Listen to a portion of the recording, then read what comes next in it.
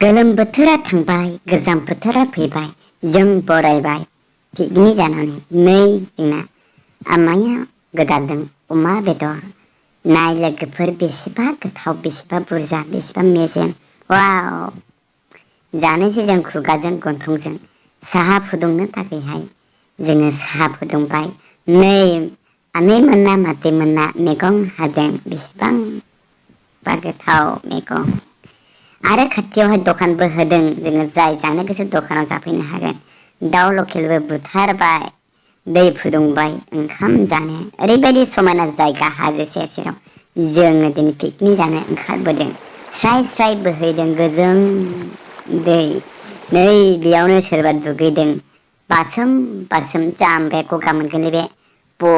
आसोलाबो होदों दुगैनो गोदागोन दे नोंसोर गोदाव सोराव बिदि दुगैलाबायनाया आरो जानाया जाबाय जाजेनबाय सोरबाया सोदों हनै बेदर हारा सोरबा थाथादों सोरनिबा हाथाया मावग्लुबलायनाय जादों सोरनिबा खुगाखौ सिनो लाजिदों आरो सोरबाया